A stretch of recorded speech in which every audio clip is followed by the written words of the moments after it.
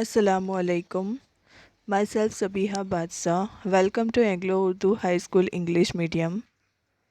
कक्षा 9 विषय हिंदी नीति के दोहे। रहीम जी का जन्म लगभग 1553 ईस्वी में हुआ था और उनका निधन सन 1626 ईस्वी में हुआ था। रहीम का पूरा नाम अब्दुल रहीम खान खाना था। उनके पिता का नाम बैरम रंपा था, जो अकबर के अभिभावक थे। रहीम अकबर के नवरत्नों में से एक थे। रहीम की कार्यक्षमता और बुद्धिमत्ता से अकबर बहुत प्रभावित थे और इसीलिए उन्होंने रहीम को अपने दरबार का महामंत्री का सर्वोच्च पद प्रदान किया था। रहीम संस्कृत, अरबी, फारसी के विद्वान थे। दानी के रूप में बहु सुखव्याति है। जीवन के व्यवहारिक अनुभवों को उन्होंने अपनी शतशई में व्यक्त किया है। कवि रहीम बादशाह अकबर के नवरत्नों में से एक थे। उन्होंने नीति व्यवहार से संबंधित अनेक दोहे लिखे हैं। यहाँ उनके 9 दोहे दिए गए हैं। इनमें परोपकार, सच्ची मित्रता, तुच्छ वस्तु का महत्व आदि के बारे में बताया गया है। रहीम जी हमें पहले दोहे में कहते हैं कि तरुवर फल नहीं खात है, सरवर पियहि न पान, कही रहीम परकाज हित संपत्ति सुचहिम सुजान।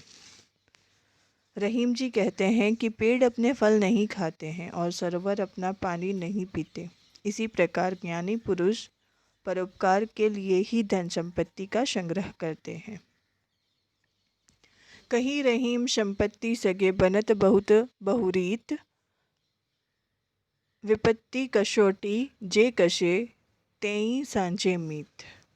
रहीम जी कहते हैं कि जब मनुष्य के पास संपत्ति होती है तब लोग तरह तरह से उसके सगे बन जाते हैं, उससे रिश्ते जोड़ लेते हैं, लेकिन सच्चे मित्र तो वे हैं जो विपत्ति के समय साथ देते हैं।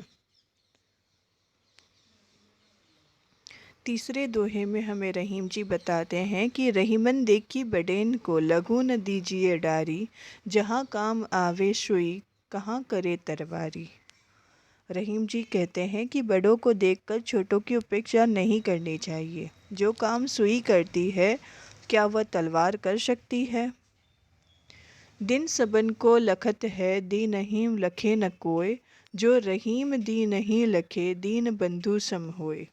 रहीम जी कहते हैं कि असहाय और गरीब लोग सबको नज़रों से देखते हैं, यानी कि आशा भरी नज़रों से देखते हैं, पर उनकी और कोई नहीं देखता, उन पर कोई दया दृष्टि नहीं करता। जो असहाय और गरीबों पर दया दृष्टि करता है वह सचमुच भगवान के समान होता है। खीरा को मुँह काटी की मलियत नून लगाए, रहीमन करवे मुखन की चाहिए यही सजाए। देखिए रहीम जी हमें कहते हैं कि खीरे को खाने से पहले उसका सिर यानी ऊपरी वाला हिस्सा जो होता है वो काट कर अलग कर देना चाहिए, फिर उसके कटे भाग पर नमक मलना चाहिए। रहीम जी कहते हैं कि कड़वे मुख वालों को यही सज़ा मिलनी चाहिए, इस अपराध का यही दंड है।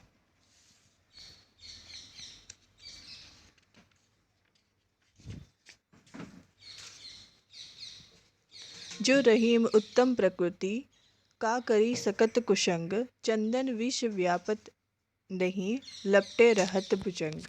विष का मतलब होता है जहर। रहीम जी कहते हैं कि उत्तम स्वभाव वाले लोग बुरी संगति में रहें तो भी उसका उन पर प्रभाव नहीं पड़ता। ठीक उसी प्रकार जैसे भयंकर विष वाले सांप चंदन के पेड़ में लिपटे रहते हैं, परंतु चंदन में उनका विष फैलता नहीं है।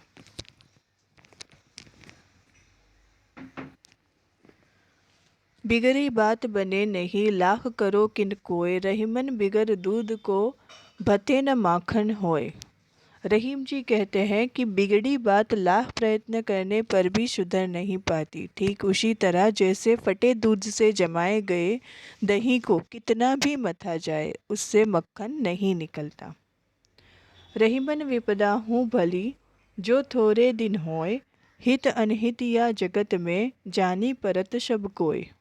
रहीम जी कहते हैं कि यदि आपत्ति थोड़े समय के लिए हो तो अच्छी है, क्योंकि उस थोड़े से समय में हम समझ जाते हैं कि कौन हमारा हितकारी है और कौन हमारा अहितकारी है। रही मन वे नर मर चुके, जे कहूँ मांग न जाहि, उनसे पहिले वे मोए, जिन मुख निकषत नाही। कवि रहीम कहते हैं कि वे मनुष्य जो जिंदा होते हुए भी मरे हुए हैं, जो दूसरों के दरवाजे मांगने जाते हैं, परंतु उनसे भी पहले वे मर गए जिनके मुख से नहीं शब्द निकलता है, जो मांगने वालों को देने से इनकार कर देते हैं। सज्जन परोपकार के लिए ही धन का संग्रह करते हैं, विपत्ति में ही सच्चे मित्र की पहचान होती है। साधारण चीज़ों का भी अपना महत्व होता है, इसीलिए उनकी उपेक्षा नहीं करनी चाहिए।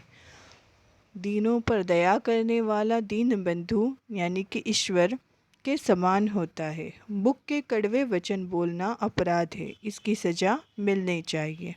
उत्तम स्वभाव वाले बुरों के साथ रहकर भी उनसे प्रभावित नहीं होते। बात बिगड़ जाने पर उसे सुधारना संभव नहीं है, पर विपत्ति में ही अपने पराये की पहचान होती है। और मांगने की वृत्ति को बुरी है ही, पर उससे बुरी बात किसी को देने से इनकार कर देना है।